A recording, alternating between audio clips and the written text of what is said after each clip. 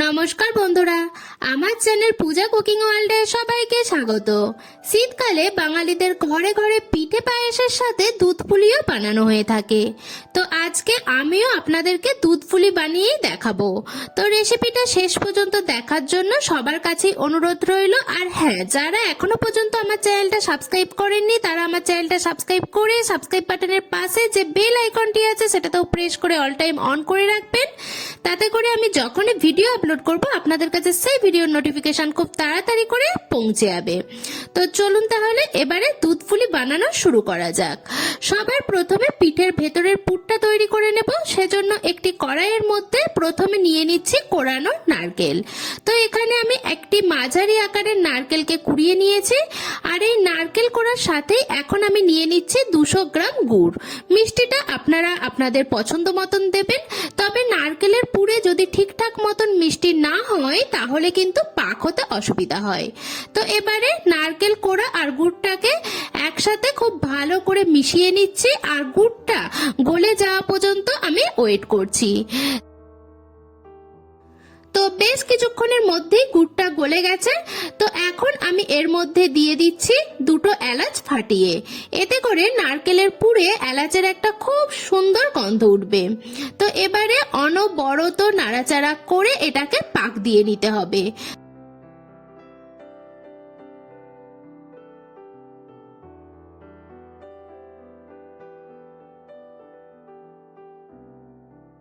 তো বেশ কিছুক্ষণ ধরে অনবরত নাড়াচাড়া করে আমি এটাকে পাক দিয়ে নিয়েছি। আর এখন দেখতেই পাচ্ছেন পুরো মিশ্রণটাই শুকনো শুকনো হয়ে গেছে, যেরকম নারকেলের পুরে হয়ে থাকে। তো এখন এর মধ্যে থেকে এলাচগুলোকে আমি তুলে ফেলে দিচ্ছি, কেননা এই এলাচগুলো যখন আমাদের মুখে পড়বে খাওয়ার সময়তে তখন কিন্তু খেতে একদমই ভালো লাগবে না। তো এই মুহূর্তে আমি এলাচগুলোকে এইভাবেই উঠিয়ে নিচ্ছি। তো এবারে এই পুরটাকে একটি পাত্রে নামিয়ে নিচ্ছি আর নামিয়ে এটাকে আমি ঠান্ডা হতে দিচ্ছি। তো এটা যতক্ষণে এইদিকেতে ঠান্ডা হচ্ছে ততক্ষণে পিঠে বানানোর জন্য আমি খামিরটা বানিয়ে নেব। এটা বানানোর জন্য আমি আবারও একটা কড়াই বসিয়ে দিয়েছি গ্যাসের ওপরে। এবারে আমি এর মধ্যে দিয়ে দিচ্ছি 1 কাপ জল আর এর সাথেই দিয়ে দিচ্ছি স্বাদ মতন লবণ। এবারে জলটা ফুটে আসা পর্যন্ত আমি অপেক্ষা করছি। তো এই দিকেতে এখন জলটা ফুটতে শুরু করেছে। তো এখন আমি এর মধ্যে দিয়ে দিচ্ছি 1 কাপ চালের গুঁড়ো।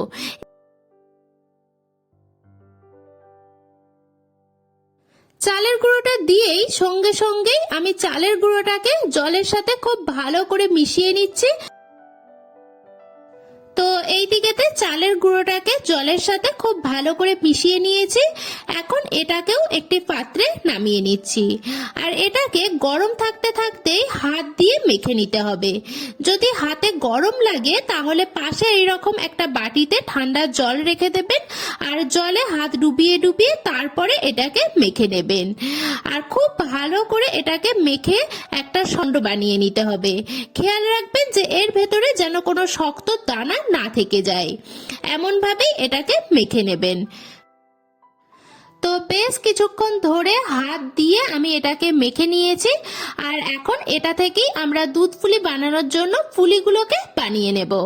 তো পুলি বানানোর জন্য প্রথমেই আমি এই মন্ডটা থেকে একটা ছোট্ট লেচির মতন কেটে নিচ্ছি।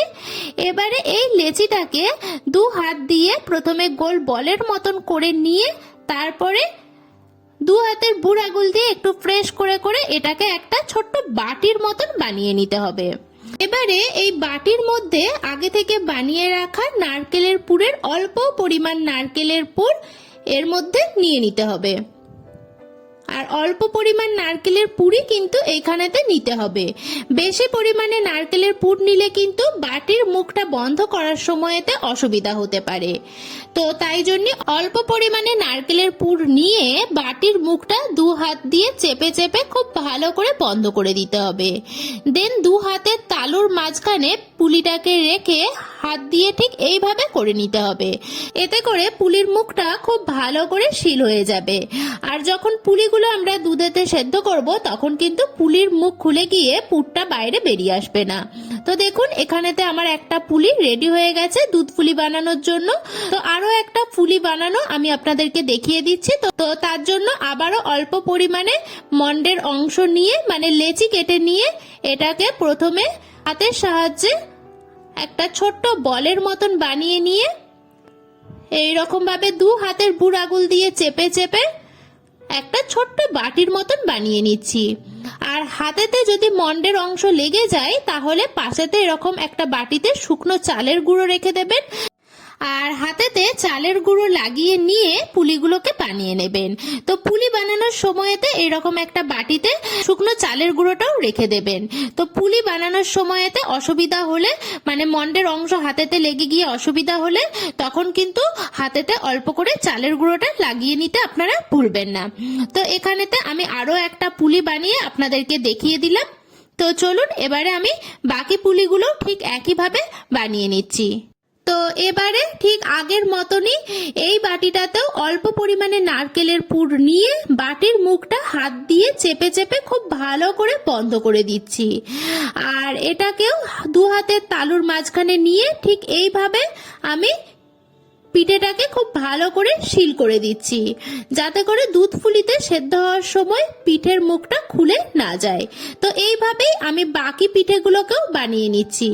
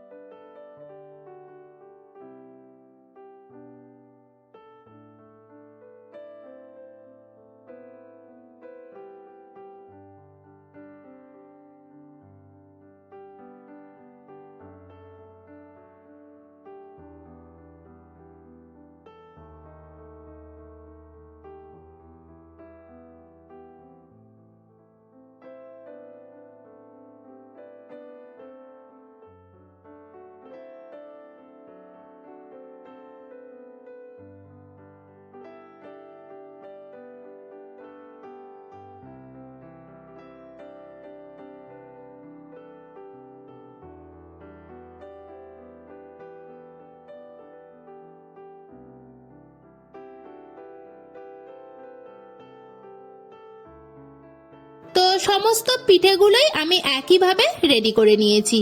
তো এবারে দুধ পুলি বানানোর জন্য দুধটাকে আমরা রেডি করে নেব। তো এখন আমি একটা কড়াইয়ের মধ্যে নিয়ে নিচ্ছি 1 লিটার দুধ।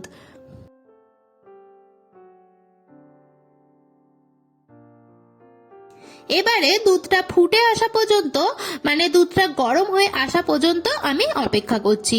তো এখন দুধটা এইদিকেতে ফুটতে শুরু করেছে। তো এখন আমি এর মধ্যে দিয়ে দিচ্ছি আরো 2-3টে এলাচ ফাটিয়ে।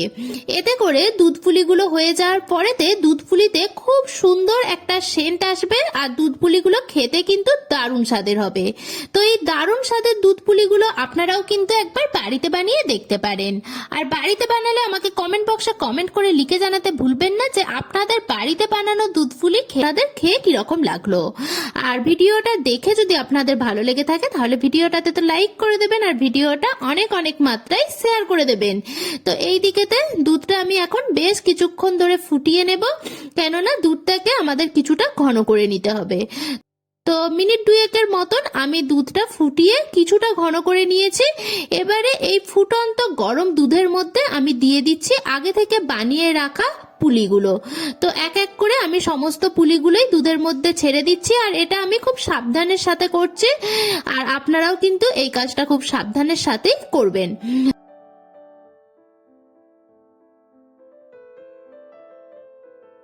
তো এখানে সমস্ত পুলিগুলোই আমি দুধের মধ্যে দিয়ে দিয়েছি।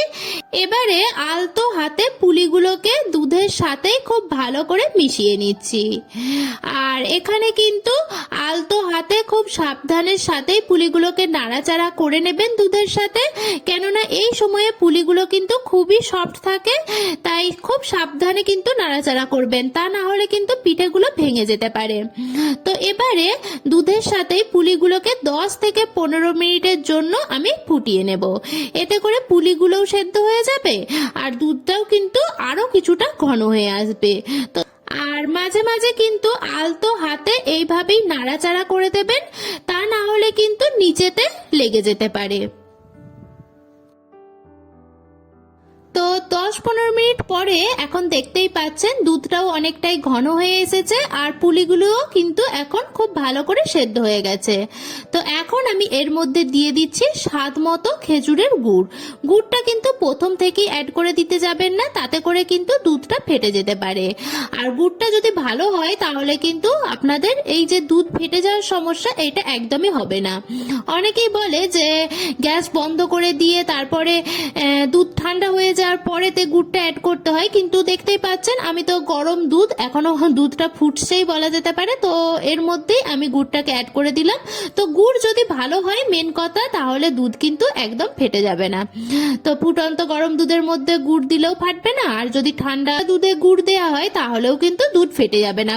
এটা কিন্তু গুড় ভালো হলে কোনো কিছুতেই দুধ ফেটে যাবে না। তো গুড়টা দিয়ে আবারও সমস্ত কিছু একসাথে ভালো করে মিশিয়ে নিচ্ছি। তো এবারে এটাকে ফুটিয়ে আরো কিছুক্ষণ রান্না করে নেব। তো গুড়টা দেওয়ার পরেতেও আমি বেশ কিছুক্ষণ ধরে পিঠেগুলোকে দুধের সাথেই রান্না করে নিয়েছি।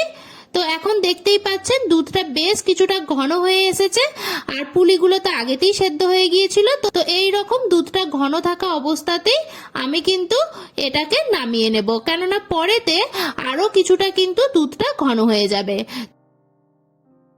তো গ্যাসের ফ্লেম বন্ধ করে দিয়ে এখন এটাকে নামিয়ে নিচ্ছি। তো এখন দেখতেই পাচ্ছেন দুধ পুলিটা বেশ কিছুটা ঠান্ডা হয়ে গেছে আর এখনই দেখতে পাচ্ছেন দুধটা কিন্তু অনেকটাই ঘন হয়ে এসেছে। তো এখন আমি একটা পুলিকে কেটেও আপনাদেরকে দেখিয়ে দিচ্ছি যে ভেতরটা কিরকম হয়েছে। তো দেখতেই পাচ্ছেন ভেতরে পুরে ঠাসা। তো এই পুরে ঠাসা দুধ ফুলি আপনাদের কিরকম লাগলো সেটা আপনারা আমাকে কমেন্ট বক্সে কমেন্ট করে লিখে জানাতে ভুলবেন না। আর যদি ভালো লেগে থাকে তাহলে ভিডিওটাতে লাইক করে দেবেন আর ভিডিওটা অনেক অনেক মাত্রায় শেয়ার করে দেবেন। আর যারা এখনো পর্যন্ত আমার চ্যানেলটা সাবস্ক্রাইব করেননি তারা আমার চ্যানেলটা সাবস্ক্রাইব করে সাবস্ক্রাইব বাটনের পাশে যে বেল বাটনটি আছে সেটাতেও প্রেস করে অল টাইম অন করে রাখবেন, তাতে করে আমি যখনই ভিডিও আপলোড করব আপনাদের কাছে সেই ভিডিওর নোটিফিকেশন খুব তাড়াতাড়ি করে পৌঁছে যাবে। তো চলুন তাহলে আজকের মতন এতটাই। আপনাদের সাথে আবার আমার দেখা হচ্ছে নতুন কোনো রেসিপির সাথে। ততক্ষণ পর্যন্ত আপনারা সবাই ভালো থাকবেন, সুস্থ থাকবেন।